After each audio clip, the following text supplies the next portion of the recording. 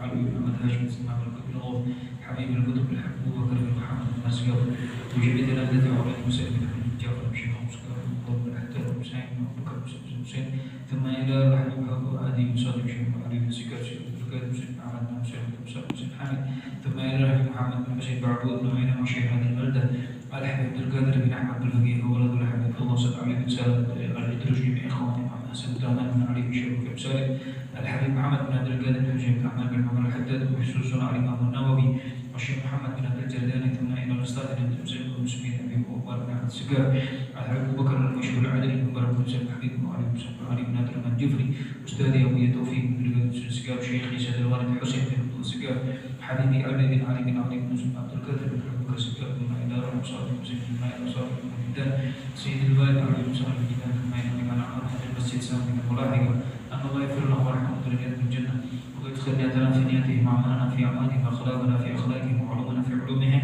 ومقاصدنا في مقاصدهم بركة الله افتح المفتوح العارفين ويفقهنا في الدين ويؤلمنا التأويل ويهدينا إلى سوء سبيل حسن الخاتم عند الموت بعد الطلب في طاعة الله في خير ولطف العافية وإلى حضرة النبي الفاتحة.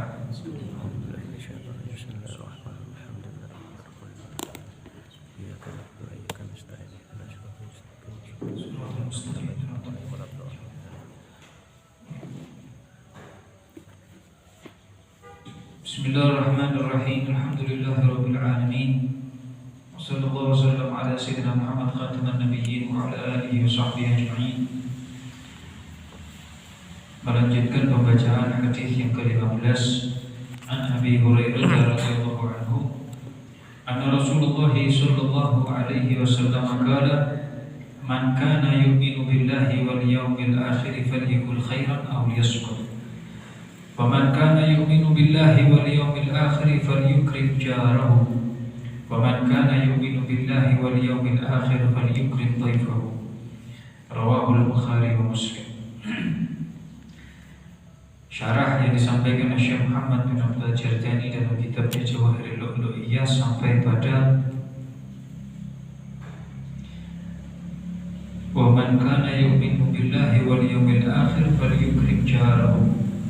Sedikit saya ulang untuk mengingat-ingat pada pembahasan sampai pada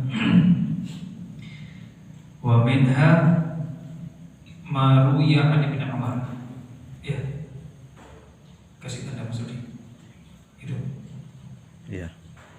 Wa minha Maruya an Ibn Umar radhiyallahu ta'ala anhuma anna Nabiy sallallahu alaihi wasallam qala kam min jarin yata'allaqu bi jarihi yawm al-qiyamah yaqulu ya rabbi hadha aghliqa babahu duni famana'ni ma'rufih.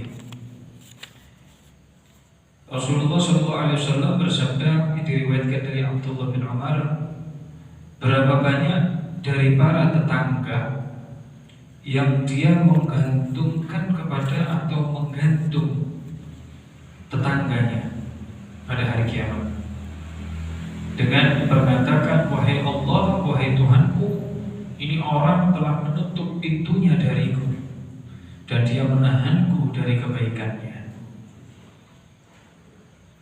Wa minha ma ruwiya an Abi Shuraih radhiyallahu ta'ala anhu an Nabi sallallahu alaihi wasallam qala wallahi la yu'min wallahi la yu'min wallahi la yu'min qalu laqad khaba wa khasir man huwa ya Rasulullah qala man la ya'man jarahu bawaikahu ay ghawailihi wa shururihi. Dari Abi Shuraih radhiyallahu ta'ala anhu dari Nabi Shallallahu Alaihi Wasallam, demi Allah tidak beriman, diulang sampai 3 kali. Dalam hadis itu perkataan ketika Rasul mengulang kalimat tersebut menunjukkan satu perhatian, satu warning yang harus dicermati. Sahabat menanyakan, laqad khaba wa khasir. Wah, itu orang jelas rugi. Celaka itu orang bagainya. Siapa dia ya Rasulullah? Kata Rasul, orang yang dia tidak merasa aman tetangganya dari gangguannya, ya, dari gangguan atau dari kejelekan yang dia lakukan. Tetangga itu kayak seperti keluarga sebetulnya. Di hadits yang awal kemarin disampaikan, Rasul mengatakan selalu malaikat Jibril itu menasihati aku tentang tetangga, sampai-sampai aku menyangka bahwa tetangga itu akan mendapatkan warisan. Wa minha ma ruwiya anhu sallallahu alaihi wasallam annahu qala man ada jaruhu faqad adani wa man adani faqad adallah. Dan juga diriwayatkan daripada hadis Nabi sallallahu alaihi wasallam, barang siapa yang mengganggu tetangganya sesungguhnya dia telah mengganggu aku.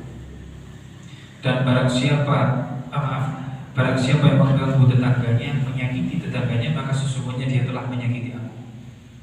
Dan barang siapa yang menyakiti aku, maka sesungguhnya dia telah menyakiti Allah. Ada kaitan di situ.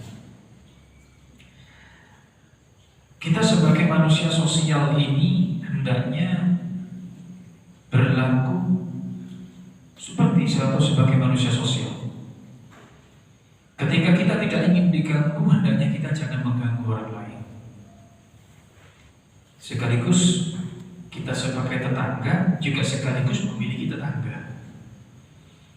Banyak daripada ayat-ayat hadits Nabi SAW tentang masalah tetangga itu.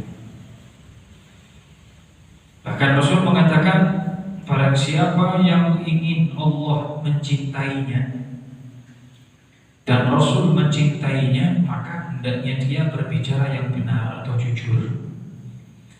Kemudian dia menunaikan amanat dan juga tidak mengganggu tetangganya. Hal ini ketika sahabat datang kepada Nabi SAW, dia mengeluh mengenai tetangganya. Rasul mengatakan, kufa'adaka, tahan kamu dari menyakiti dia. Jangan sampai kamu mengganggu tetangga. Sekaligus sabar atas gangguannya. Jadi kita ajarkan Rasul jangan mengganggu tetangga, kamu sabar apabila kamu diganggu oleh tetangga.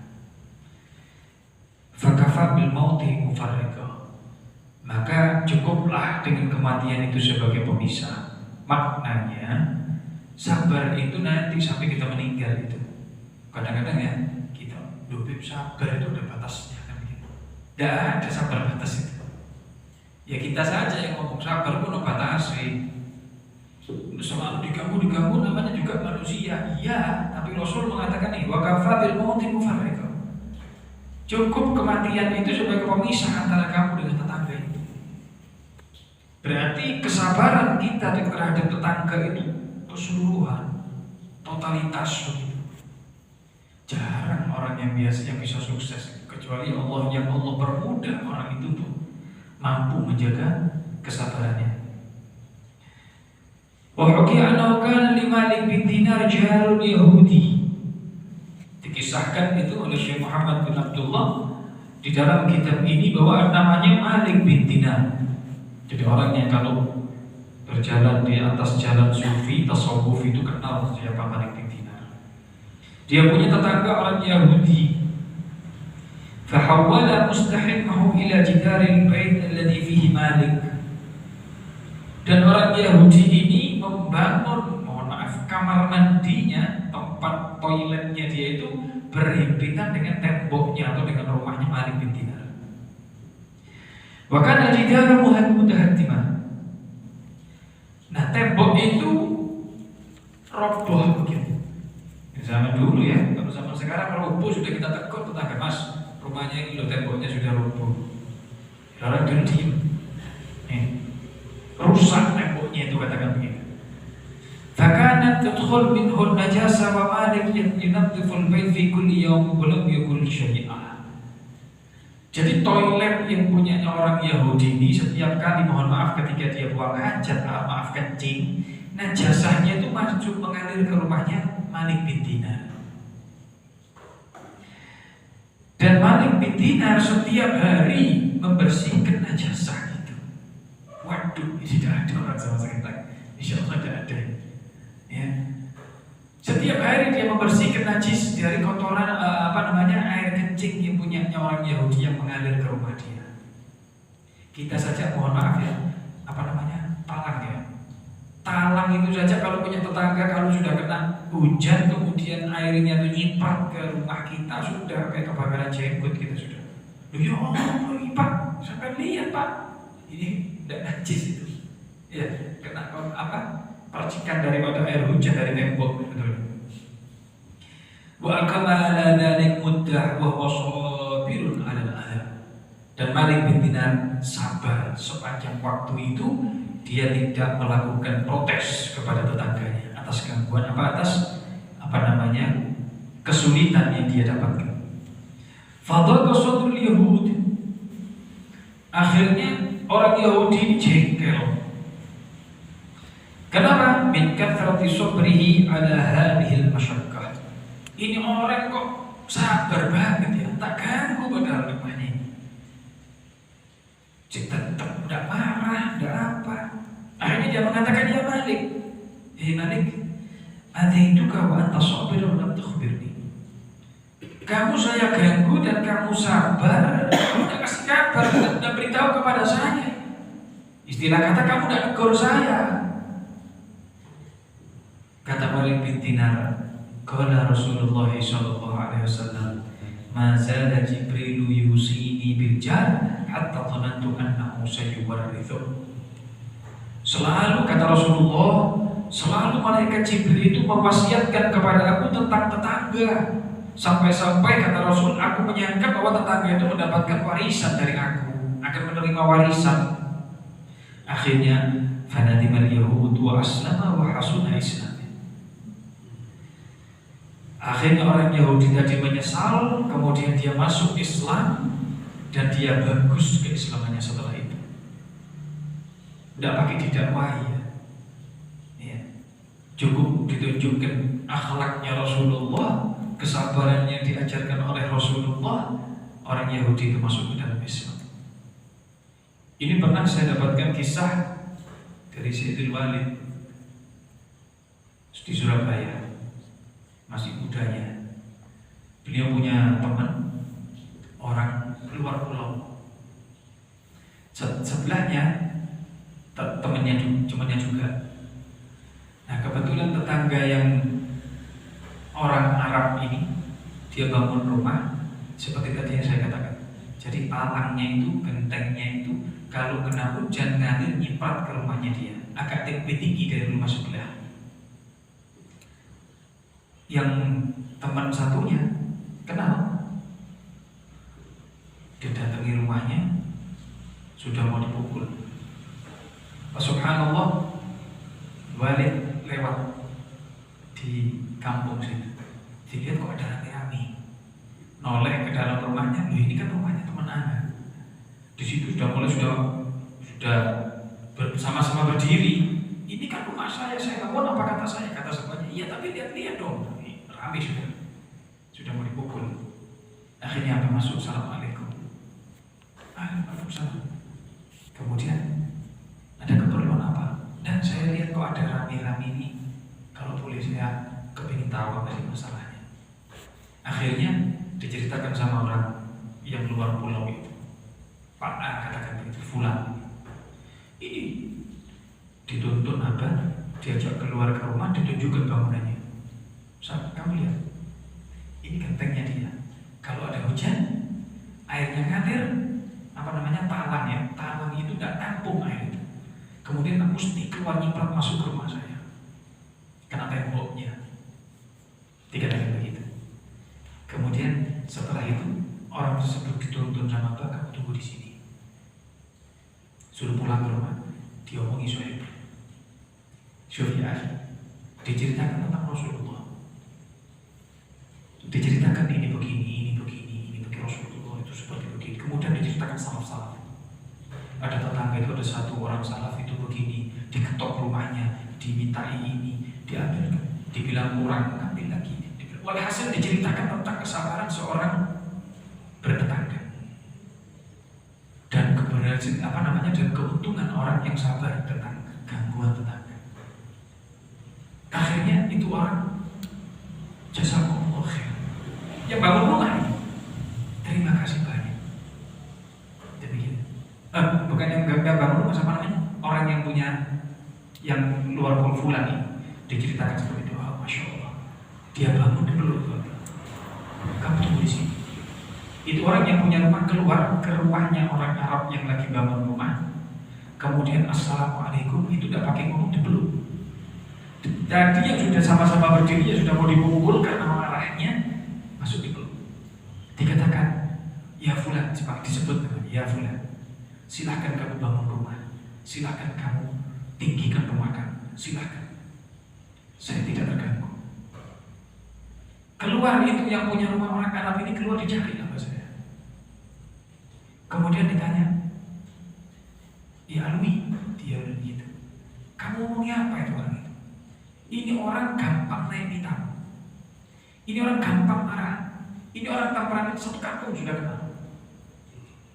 Dan saya sudah hampir saya berhentikan itu bangunan. Dia masuk, kamu ceritanya apa? Dia biasa tidak ngomong apa-apa. Saya ceritakan tentang masalah tetangga, gimana hubungan dengan tetangga itu, tidak ada yang bisa ngeluh kecuali tetangga, begini dan begitu. Sulung. Akhirnya jadi tetangga dan sampai sekarang insya Allah.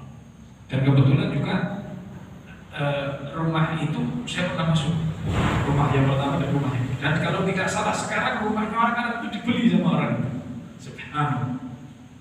Jadi rumahnya jadi dapat rumahnya, rumahnya di satu dibeli dibuat tanahnya. Tidak jadi bertengkar. Itu keistimewaan. Ya. Nah, ada orang Yahudi hanya masuk ke dalam Islam karena kebaikan, kesabaran daripada Malik bin Dinar. Kelanjutannya Waruwiyah an Sufyan ats-Tsauri, dikisahkan diriwayatkan dari Sufyan ats-Tsauri, beliau mengatakan asyratu asya minal jafa. Ada 10 macam perbuatan yang perbuatan itu menjadi sia-sia, percuma. Yang pertama adalah rajulun yad'u li nafsihi wa la yad'u li walidayhi wa la lil mu'minin wal mu'minat. Seseorang yang dia berdoa hanya untuk dirinya sendiri. Ini pelajaran buat kita ya. Ketika kita selesai sholat, entah karena apa kita doa, tapi kita doa untuk diri kita sendiri. Dia tidak berdoa untuk kedua orang tuanya dan juga untuk orang mukmin dan mukminat. Untuk dirinya sendiri, ya Allah, kasih saya kekayaan, ya Allah, kasih saya rumah yang bagus, ya Allah, kasih saya rezeki, ya Allah, kasih saya. Ini kelihatannya kan ada masalah ya, karena saya berdoa untuk diri saya sendiri, tapi ternyata saya melupakan doa untuk kedua orang tua saya, sekaligus melupakan doa untuk orang mukminat. Sahabat Nabi SAW Uwais al-Qarni ketika diminta doa oleh sahabat lainnya, ya, bukan sahabat ya, apa namanya, tabi'in, awal tabi'in, itu ketika diminta doa untuk mendoakan dirinya, itu sampai-sampai beliau mengatakan, mohon maaf, bukan saya tidak mau mendoakan kamu, akan tetapi saya tidak terbiasa mendoakan untuk per person, satu orang tidak pernah.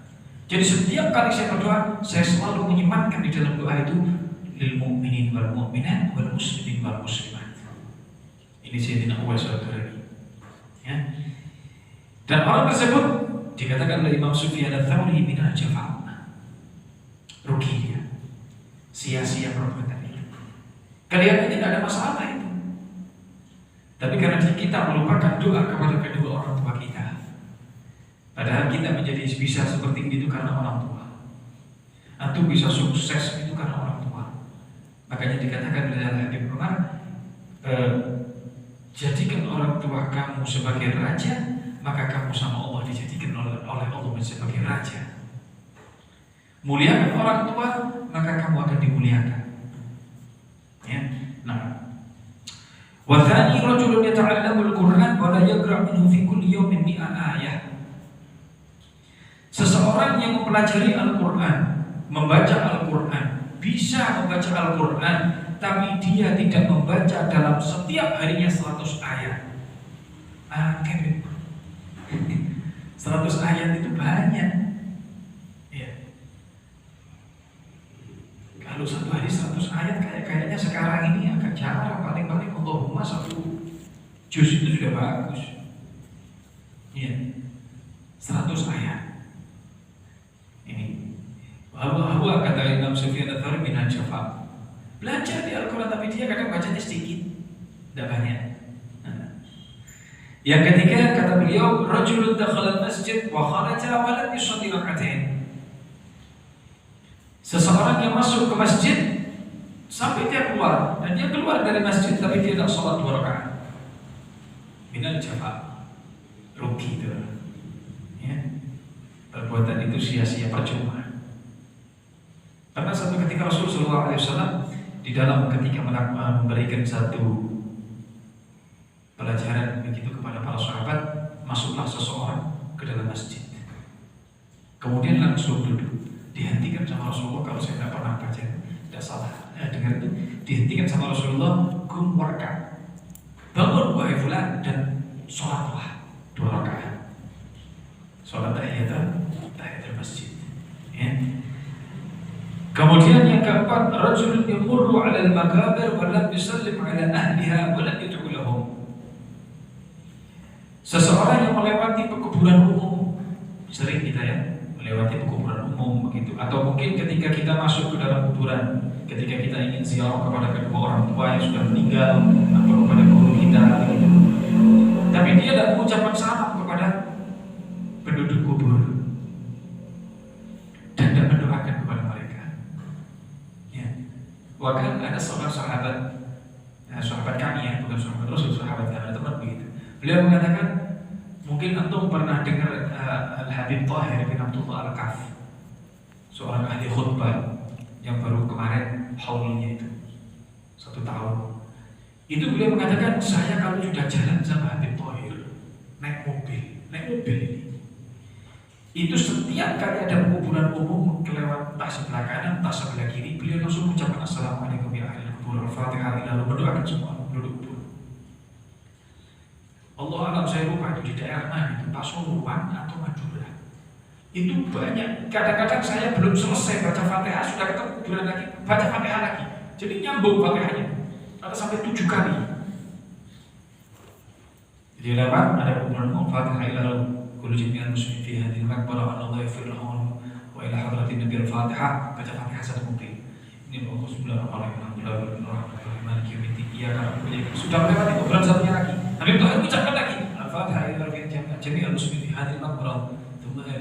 Fatihah, ini belum selesai baca Fatihah terus. Ini kata sahib yang ikut bareng sama beliau. Bahkan dikatakan itu faedahnya, Allah a'lam ya, itu faedahnya nanti di alam barzakh, di akhirat nanti mereka akan datang kepada antum. Ini orang yang membacakan Fatihah padaku. Padahal kadang-kadang kita tidak kenal. Kita kalau lewat ke Pasuruan itu kan banyak kuburan umum ya. Untuk baca Fatihah saya kenal di situ, ada yang kenal. Itu mereka nanti mengenal kita. Dan mengatakan begitu.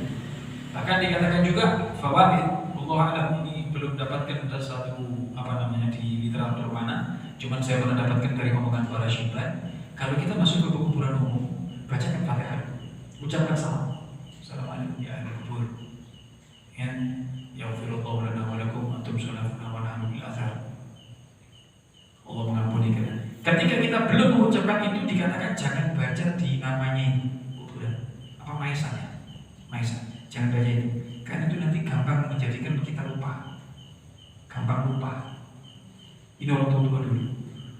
Sehingga ketika kita anak pernah masuk, ditegur, jangan baca namanya dulu, baca Fatihah. Karena masuk kuburan umum kita ucapkan salam itu. Assalamualaikum warahmatullahi wabarakatuh. Yaghfirullahu lana wa lakum antum salafuna wa nahnu bil athar. Ya.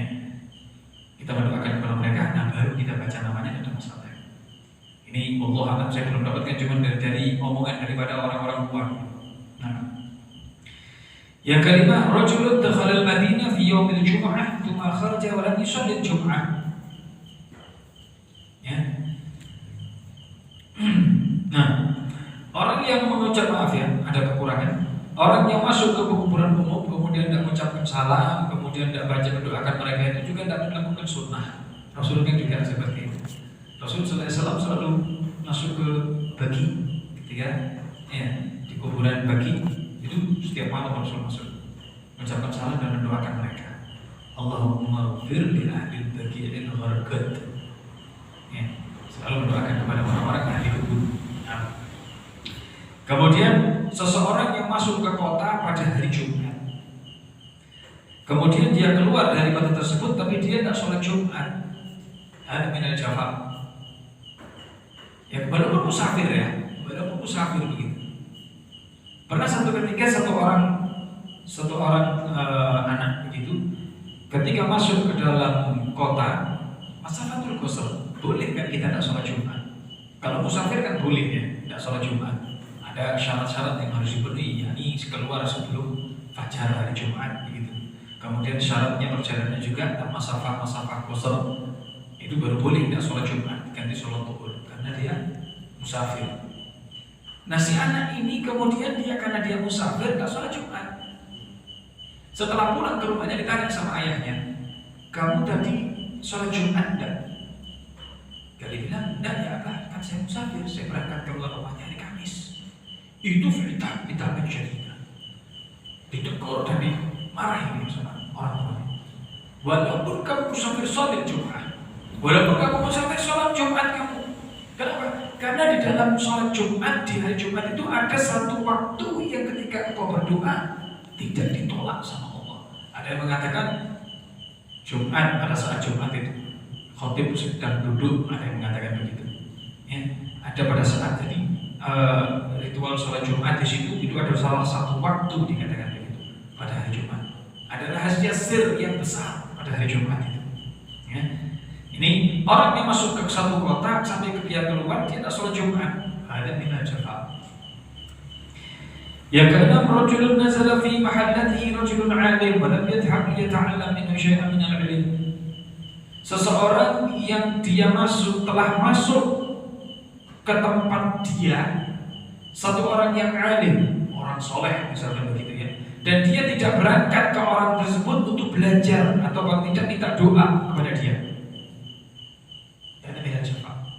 Makanya apa? Ada salaf itu ketika ada satu taklim begitu ya, pengajian rutin begitu, katakanlah di Masjid Al-Basirah rutinan malam Jumat malam. Kemudian datang di perumahan sini ini ada satu orang alim, ya, terkenal misalnya. Itu taklim itu, kalau salah ya, taklimnya dihentikan itu. Jadi orang itu yang disuruh ngajar, suruh kita supaya dapat faedah.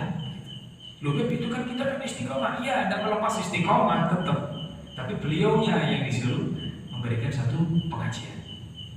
Ini, ya. Wamil al-jafar, seseorang yang tidak ngambil ilmu dari orang yang alim yang datang ke tempat dia. Yang ketujuh, rajulan tarafaqa wa lam yas'al kullu wahidin minhuma an ismi sahibi. Dua orang yang sudah berpisah, ketemu begitu kemudian berpisah dan satu sama lain tidak bertanya namanya siapa. Ya. Ini kita sering kadang-kadang kita ketemu masalah, Anda kan tidak kenal antum semua, otomatis ini. Satu ketika entah kenapa kita ketemu di terminal misalkan, atau di bis, atau di kereta, atau di pesawat misalkan, ngobrol. Yang di atas itu yang pernah kegiatan, oh iya iya sana, ngobrol kita, ngobrol, oh ya begini sampai turun pesawat pisah, so ngomongin kunci lagi lah dia bukan takut. Ini ada minal jawab. Ya. Usahakan kalau ketika ketemu itu tanya namanya, iya. Atau kadang-kadang kita tahu dia lupa, misal kita perkenalkan, saya Fulan bin, atau saya nama saya lupa, saya begini yang pernah di Al-Basirah pernah ketemu, perkenalkan namanya. Ya. Kenapa? Karena kadang-kadang dikatakan ada keterikatan batiniyah di dalamnya. Oh Fulan nyantol begitu. Ada nama yang masuk ke dalam hati. Makanya Habib Ali bin Muhammad Al-Habsyi yang sekarang lagi hall ini, yang sekarang disuruh hallnya, itu beliau mengatakan Allahumma adkhilna fi kalbi arif billah. Ya Allah, masukkan namaku di dalam hatinya orang arif billah, fa huwa min arif billah. Padahal beliau juga orang arif billah, orang soleh, waliullah. Tapi beliau masih berdoa, ya Allah, masukkan aku ke dalam hatinya orang-orang waliullah. Masukkan nama aku di hatinya orang-orang soleh. Kenapa? Karena ketika Allah itu memandang apa yang ada di hati orang soleh, Allah memandang pula apa yang ada di belakang hati tersebut. Ada yang boleh berani. Inna Allah yatajallil qulub min wara'i qulub. Memandang hati daripada hatinya orang yang soleh, dan siapa saja, apa saja yang ada di dalam hati itu. Nah, kalau nama kita ada di dalam hati mereka kan gitu. Antum kenal fulan misalkan.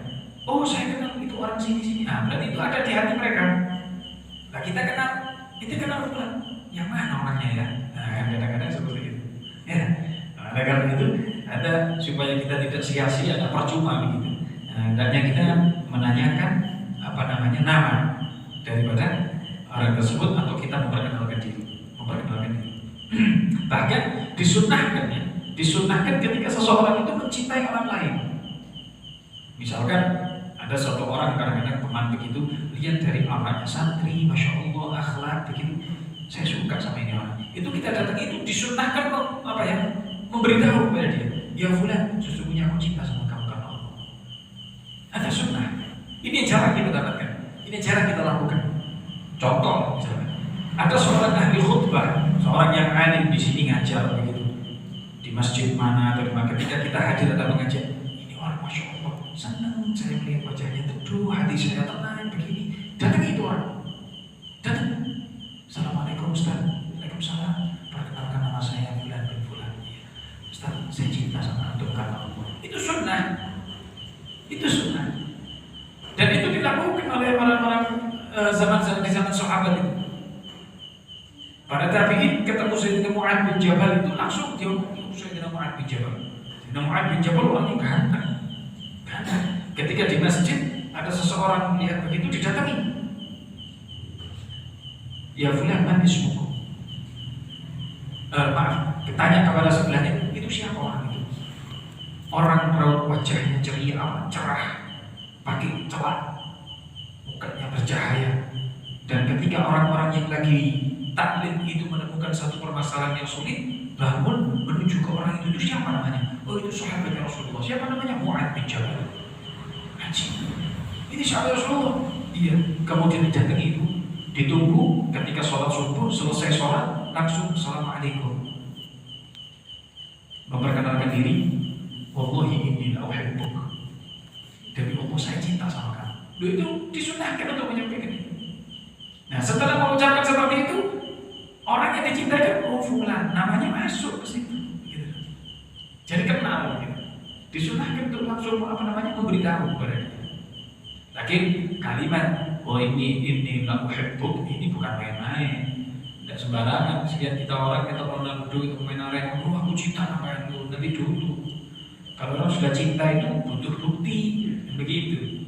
Bukan ada cukup ketika kita mengucapkan ini hidup saya cinta kepada kamu, kemudian setelah itu ingkar dengan omongannya dia, ingkar dengan perbuatannya, ya lain lagi urusannya itu, ya kan? Nah, dari situ kita ambil manfaat.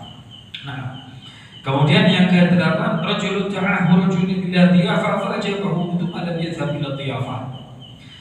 Kata Sayyidina Sufyan Ats-Tsauri, seseorang yang dia dipanggil oleh orang lain atau diundang ke dalam jamuan, dan dia menjawab, ya saya akan datang. Kemudian dia tidak datang. Hada minal jafa, percuma. Ya. Kemudian yang ke-9, syabun yudayya syababahu wa lam yatlubul ilm wal adab. Kata Sufyan Ats-Tsauri, seorang pemuda yang dia menyia-nyiakan masa mudanya dengan dia tidak menuntut ilmu dan belajar adab. Ini merupakan satu perbuatan yang sia-sia. Bukankah kita ingat sabda Nabi Sallallahu Alaihi Wasallam, ada 7 golongan yang mendapatkan naungan pada hari kiamat, yang tidak ada naungan kecuali naungannya Allah. Di antaranya adalah syabun nasyara fi ibadatillah, seorang pemuda yang tumbuh dalam ibadah, dalam ketaatan. Ya tidak mungkin orang ibadah dan tak punya ilmu, logikanya kan gitu. Orang taat, orang ibadah, orang yang masya Allah santri tidak punya adab, ya tidak mungkin juga, kan begitu. Jadi usahakan ketika masa muda itu kita menuntut ilmu. Sekarang ini saya nyesel sebetulnya, kok tidak mondok kayak biyen. Setelah belajar begini, ya Allah, saya kok tidak dulu saya belajar ilmu agama, kok tidak dulu saya belajar cara baca, kok tidak dulu saya menghafalkan Al-Quran, kok tidak dulu saya menghafalkan Al-Quran. Sekarang ini keselnya kita. Nah kalau sekarang kita nyesel, ya gimana caranya? Pokoknya anak-anak kita lah bisa menggantikan kita begitu. Makanya banyak sekali orang tua itu yang memondokkan anaknya, mengikutkan di dalam TPQ, kemudian menghafalkan tahfidz Al-Quran dan lain sebagainya. Tujuannya apa? Supaya bisa menambal kekurangan bapaknya daripada Allah. Karena kita banyak kekurangan, jangan sampai anak kita ikut seperti saya. Diusahakan anak-anaknya itu menuntut ilmu. Kemudian yang terakhir yang sebut adalah rajul syab'anun wa jaruhu ja'ihun wa la yatihi min ta'amihi syai'an. Seorang yang dalam keadaan kenyang dan tetangganya dalam keadaan lapar, dan dia tidak memberi tetangganya maka dari makanannya sesuatu. Ya, ini daripada hal-hal yang jafa. Hati-hati. Ya, kita sudah lihat di atas mengenai bagaimana seseorang yang kita hidup dalam keadaan yang cukup, tidur dalam keadaan kenyang, tapi jangan sampai tetangga kita tidak dalam keadaan kenyang. Bahkan salah satu salaf itu kalau tidak salah Habib Abu Bakar Al-Idrus, kalau tidak salah itu pengawalan mungkin pada pertemuan yang lalu pernah saya sampaikan. Beliau tidak tidur malam. Jadi kalau sudah malam dia keliling ronda. Setiap tetangganya ditanya, dilihat, dicek sudah makan apa belum, tidur dalam keadaan kenyang apa belum. Mungkin ada anak-anaknya yang lagi nangis karena lapar. Kalau sekarang insya Allah tidak ada ya. Kalau sekarang insya Allah tidak ada. Makanya antum tidak perlu ronda sudah. Ya. Kalau zaman dulu masih ada. Kalau zaman sahabat lagi apalagi makan aja susah. Kalau zaman dulu banyak orang yang memberi, ya. Ya, walaupun mereka kekurangan. Tapi zaman sekarang kebalikannya, banyak orang yang tidak memberi walaupun dia dalam keadaan berlebihan. Sampai-sampai mohon maaf, ketika kita ketuk, kita minta pun kadang-kadang ditolak. Ini zaman sekarang. Ya, insya Allah di sini ada. Ya, guyub itu diperlukan. Tapi guyub di dalam urusan perut ini juga sangat diperlukan. Ya, kadang-kadang juga kalau ketika ada seseorang, jarang sekali orang yang meninggal dalam keadaan perut lapar zaman sekarang. Tapi beberapa tahun yang lalu itu ada salah seorang, beliau menceritakannya sambil menangis. Salah seorang ustaz mengajar rutin, dia punya pengajian rutin. Seorang yang alim meninggal dalam keadaan tidak punya makanan. Ini temannya menceritakan sambil menangis. Orangnya masih hidup, dia masih menceritakan. Saya hadir pada saat pengajian beliau menceritakan di Surabaya. Bayangkan, ini kota besar loh, Surabaya. Dari ifahnya, dari mulianya dan dari apa ya, aziznya itu ustaz. Sampai-sampai temannya tidak mengetahui bahwa di rumahnya tidak ada beras, tidak punya makanan. Istrinya itu menangis ketika meninggal, itu menangis bukan karena apa? Menangis karena apa? Khawatir anaknya juga tidak ikut makan. Menangis juga khawatir suaminya meninggal dalam keadaan lapar diketahui oleh orang. Ini. Tapi toh juga ketahuan oleh teman-temannya. Ketika itu melayat begitu di rumahnya, dilihat kondisi rumahnya, oh, itu orang ustaz itu temannya sampai nangis. Dosa saya. Ini orang luar, bukan tetangga. Kalau tetangga kita insya Allah paham semua, punya sepeda motor masa tak punya beras, ya, punya mobil masa tak punya beras, kadang mungkin. Gara-gara itu akhirnya nanti kita juga akhirnya tidak melihat kepada tetangga. Ini yang sangat mengkhawatirkan. Nah, wa nukila al Imam Ahmad radhiyallahu anhu annahu qala yajibu 'ala asy-syakhsi an yardila lil jar ma yahtaju ilayhi min fadli ma indah. bimada yadurru bihi idza 'alima hajatahu. Ini. Kata Imam Ahmad, beliau mengatakan wajib bagi seseorang itu untuk mendermakan kepada tetangga apa yang dibutuhkan oleh tetangga itu dari kelebihan harta yang dimilikinya, selama tidak membahayakan orang yang mendermakan itu. Ya, dan itu jika diketahui kebutuhan daripada tetangga. Sulit kadang-kadang prakteknya, karena kadang-kadang kita tidak mau tanya kamu butuh apa, tidak mungkin ngomong, otomatis malu. Berarti dari mana kita ketahui? Dari kehidupan dia sehari-hari sebetulnya, dari kebutuhan dia sehari-hari. Oleh karena itu apa? Silaturahmi itu juga diantaranya satu cara kita bisa tahu keberadaan orang yang kita silaturahmi itu. Dari situ kita tahu. Cuman kadang-kadang sangat jarang sekali orang silaturahmi ya. Saling menziarahi, ya, saling silaturahmi, saling ziarah, tapi tidak ada unsur daripada kebutuhan. Sangat jarang itu. Kata Allah dalam hadits qudsi, wajibat mahabbati man yatazawirani fiyah atau kama. Kata Allah, wajib orang itu mendapat rasa cintaku, kata Allah, bagi orang yang saling menziarahi yang tujuannya karena Allah, bukan karena yang lain. Ini fulan ini, masya Allah, sering bantu saya. Saya silaturahmi, bukan karena Allah.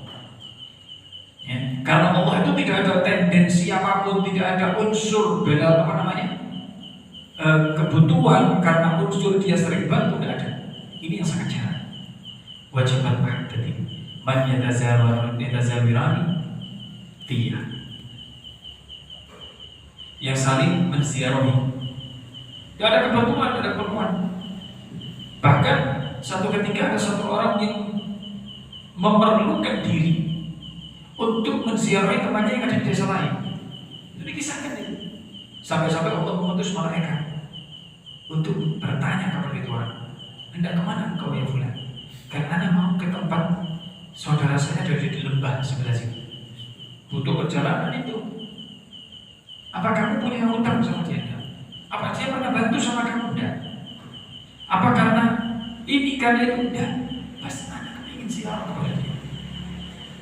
Tidak ada unsur dan siapapun, tidak ada keuntungan yang dia dapat atau dia memberi keuntungan, tidak ada. Sampai akhirnya malaikat mengatakan, ya fulan, sesungguhnya Allah mengutusku untuk menanyakan hal ini kepada kamu. Dan engkau wajib, engkau akan mendapatkan rasa mahabbah dari Allah Subhanahu wa Ta'ala. Jarang ya, sangat jarang itu didapat. Tapi dari sore-sore ambil mari melaku-laku, nah itu sering. Ngobrol di luar sama sohib, tidak ada unsur. Tapi silaturahmi ini sangat jarang. Bahkan di zaman sekarang kalau kita silaturahmi, mohon maaf, datang ke rumahnya fulan begitu, ada keperluan apa ya? Biasanya itu pertanyaan pertama itu. Akhirnya orang yang mau silaturahmi bingung jawabnya, mau apa ya saya? Udah saya mau silaturahmi sudah. Pas silaturahmi, ada masalah baru. Lah hendaknya sohibul bait itu tidak perlu tanya begitu. Datang, assalamualaikum, waalaikumsalam, foto silakan masuk, sudah jangan pakai tanya, ada keperluan apa, kan gak enak kita mau ngomong. Sudah diam saja, ada masalah silahkan dijamu, selesai. Dari situ nanti kelihatan apa niatnya. Ini. Nah, dan dikatakan juga dari Imam Ahmad, yabda' bi nafsihi biman talzamahu ma'unatah. Dan dimulai daripada itu terhadap dirinya sendiri, dan juga kepada orang yang wajib bagi dia untuk diberikan manfaat, faedah atau ma'unah, bantuan yang wajib dia bantu. Maka fa in fadla syai'un a'tal akram ilaihi maskana. Dan jika ada kelebihan sesuatu, maka diberikan kepada yang paling dekat tempat tinggalnya, rumahnya paling dekat tempat tinggalnya. Kenapa? Li'annahu akan min ghairi liru'yatih. Karena itu sudah satu kepastian dari lainnya untuk bisa melihat. Ya. Ma'idkhul baiti jarahu. Dia melihat, karena kan tetangga kita mesti tahu dalam rumah tangganya ini apa. Itu paling dekat yang diwajibkan. Faida syukur ilaih bikhilafil abad. Berbeda dengan yang jauh. Kalau orang jauh kita masih belum tentu kita bisa kelihatan dalam rumahnya, kebutuhannya dan lain sebagainya. Dan itu yang harus. Makanya Sayyidah Aisyah radhiyallahu taala anha ketika bertanya, aku menanyakan kepada Rasulullah, inna li ini, aku punya dua tetangga ya Rasulullah. Fa ila ayyihima hadiah. Kepada siapa yang aku berikan bantuan atau hadiah itu kepada tetangga itu? Di mana? Kata Rasulullah, ila aqrabihima min baba. Yang paling dekat pintunya dengan rumahnya, dengan kamu. Mana paling dekat pintunya? Ya sudah, itu yang paling diutamakan dulu. Ya? Jadi kalau kita bisa lihat ada tetangga belakang, sebelah kanan, sebelah kiri, ya depan. Mana yang paling dekat dengan pintu rumah? Yaitu didulukan. Kata Rasulullah SAW. Terakhir, Isya.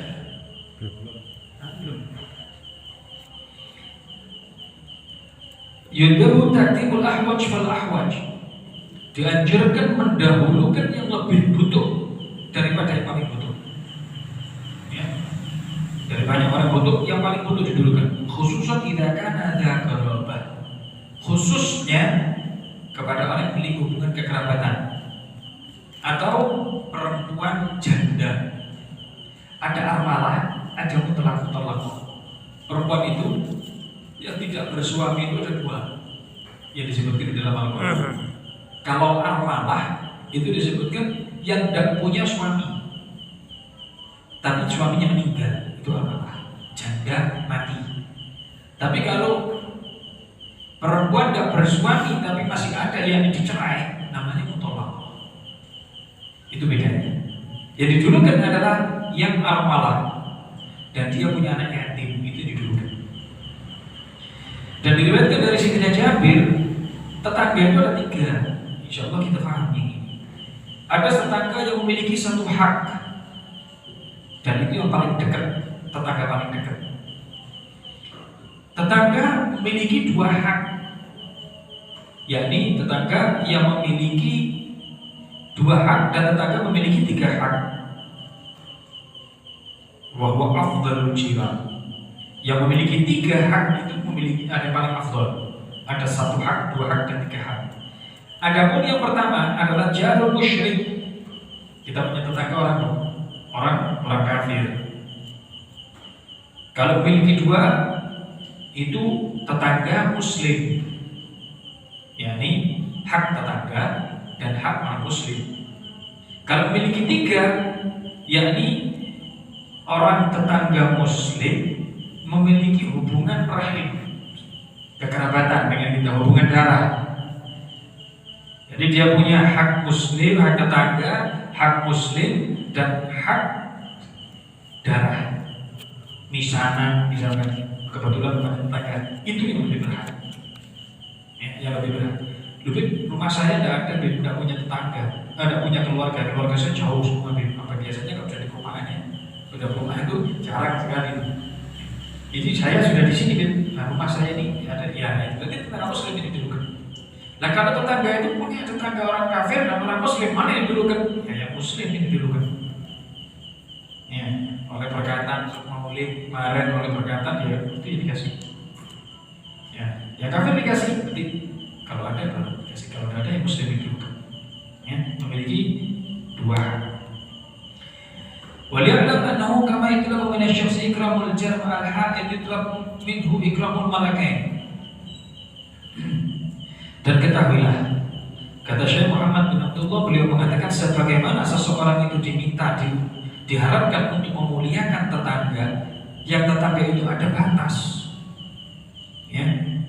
Begitu juga diharuskan atau diminta untuk memuliakan dua malaikat yang berada yang menjaga kita, ya, yang antara dia dengan malaikat tidak ada batas. Malaikat itu tahu apa amalan kita. Kalau tetangga masih ada batas rumah, kita ada di dalam rumah dia tidak tahu. Tapi kalau malaikat itu semua di dalam rumah tahu. Maka kata beliau, maka jangan menyakiti kedua malaikat itu. Dengan apa? Dengan melakukan pengingkaran, ya. Di dalam waktu-waktu yang berlalu, maka diusahakan kita tidak melakukan perbuatan yang menyakiti mereka. Bahkan diriwayatkan kedua malaikat itu akan merasakan kesenangan ketika kita melakukan ketaatan, dan mereka sedih ketika kita melakukan perbuatan yang tidak baik. Malaikat itu tahu kita ingin melakukan amal perbuatan baik. Itu dikisahkan di dalam kitab Tanbihul Ghafilin kalau tidak salah. Itu ada bau harum yang malaikat itu bisa bau. Tapi ketika akan melakukan perbuatan kemaksiatan, melakukan perbuatan kemungkaran, itu akan keluar bau busuk, dan itu mengganggu malaikat. Itu dikatakan demikian. Nah, oleh karena itu hendaknya lebih kita memperhatikan hak keduanya itu dengan memperbanyak amal-amal ketaatan, menjauhi amal perbuatan maksiat dan pengingkaran terhadap yang diridhoi oleh syariat. Dan fahuma aula bil ikram. Mereka berdua, yakni malaikat al-hafaqah, raqib wa atid, itu lebih utama untuk dimuliakan dan kita berbuat kebaikan dari keduanya dari banyaknya tetangga. Jangan kita memberikan haknya tetangga yang dengan pembatas tetangga itu zahir, itu katakan begitu. Kita berikan segala sesuatunya, akan tetapi kepada malaikat kita melupakan dia. Kita berbuat baik kepada tetangga, tapi di dalam rumah kita berlaku maksiat. Hati kita benci kepada manusia dan lain perbuatan-perbuatan yang tidak diridhoi oleh Allah Subhanahu wa Ta'ala. Ini apa yang bisa saya sampaikan daripada sabda Nabi SAW dengan membaca kitab ini. Wassallallahu ala sayyidina Muhammad wa alihi wa sahbihi wasallam. Mudah-mudahan bermanfaat.